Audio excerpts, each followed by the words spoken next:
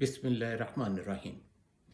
एक तवील अरसे की गैर हाज़िरी के बाद नाज़रीन, ये खाकसार एक दफ़ा फिर तीसरी आंख बाय तारिक अमीन के प्लेटफॉर्म से आप लोगों की खिदमत में हाज़िर हुआ है। नाज़रीन, मेरे इस वीलॉग में आपको काफ़ी टेक्निकल फॉल्ट्स भी नज़र आएंगे, लेकिन अर्ज़ करता चलूँ कि ये वन मैन शो है।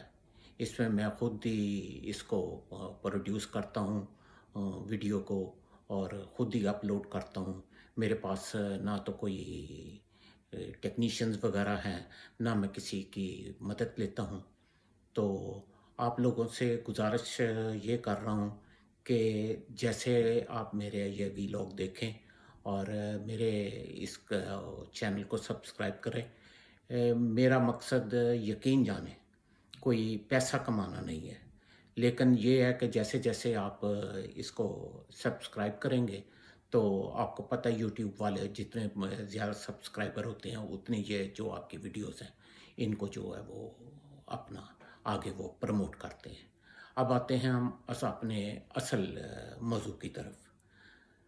नाज़रीन, जिस हालात से इस वक्त मेरा मुल्क गुज़र रहा है उसमें मैं किसी एक फ़रीक को ज़िम्मेदार नहीं ठहराऊँगा। ये हमारे मुल्क की बदकिस्मती है कि इस वक्त तमाम शख्सियात, और मैं ये जसारत कर रहा हूँ कहने की कि इवन के जो अदारे हैं अब वो भी किसी हद तक इसमें मुलव्वस पाए जा रहे हैं। कोई भी पाकिस्तान से इस वक्त अपना जो इसको आप कहें ना कि पाकिस्तान की खैर ख्वाही किसी से नज़र नहीं आ रही कि कोई इज्तमाही दानिशमंदी का कोई मुजाहरा करें, कोई बैठ के कोई नेशनल डायलॉग की तरफ जाएं। अदारे भी यही होते हैं कि अदारे जो हैं वो शख्सियात को जो हैं वो इन बातों पे मजबूर करते हैं कि आप कौमी इंटरेस्ट की जो बातें हैं उन पे आके बैठ के नेशनल डायलॉग करें।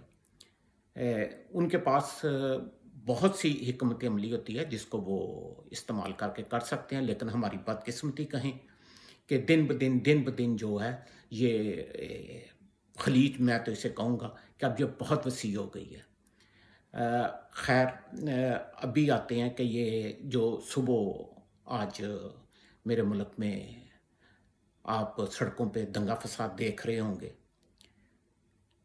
इसके मतलब थोड़ी सी मैं बात करूं। मेरे दोस्तों ने सोशल मीडिया पे जो मुझे फॉलो करते हैं फेसबुक पे, उन्होंने देखा होगा कि अल्लाह का करम है, मैं जो ख़बर देता हूँ वो 90 से 95% हकीकत पे मबनी होती है और उसके पीछे शवाहिद होते हैं।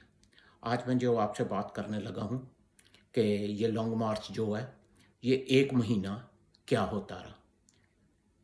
इस 1 महीने में लाहौर की 2 बहुत बड़ी कारोबारी शख्सियात जो कि इस वक्त जिसको आप कह लें कि ताजा फोरम के इस वक्त वो उसको लीड भी कर रहे हैं, उनकी कुछ रिश्तेदारियां जो हैं इमरान खान साहब की फैमिली से शुरू होके और किसी और बड़े की फैमिली तक जो है आपस में जाती हैं। इस वक्फे में उन्होंने बहुत ज़्यादा कोशिश की कि मैं तो ये कहूँगा कि ये नहीं कि कोई वो साजिश कर रहे थे, मुल्क की बेहतरी के लिए वो कोई बीच में रास्ता देख रहे थे कि कोई महफूज रास्ता मिल जाए, और उसमें एस्टेब्लिशमेंट की तरफ से नरमी भी दिखाई गई, और जिसका नतीजा ये निकला कि एक मौका ऐसा भी आया कि जहाँ पे पता चला कि एस्टेब्लिशमेंट जो है वो उसने मौजूदा हुकूमत को मैसेज दिया कि आप इलेक्शन करवाएं और जो मुखालिफ फ़रीक की डिमांड है वो भी पूरी हो जाएगी और इस तरह हालात जो हैं वो बेहतर हो जाएंगे। दोस्त मुझसे सवाल करेंगे कि अगर ये बात तय हो गई हुई थी तो फिर ये जो है ऑल ऑफ ए सडन ये क्या हुआ। इसमें जो सबसे बड़ी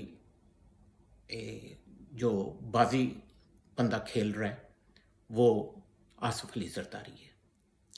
आपको मानना पड़ेगा कि आसिफ अली जरदारी ने बहुत काम किया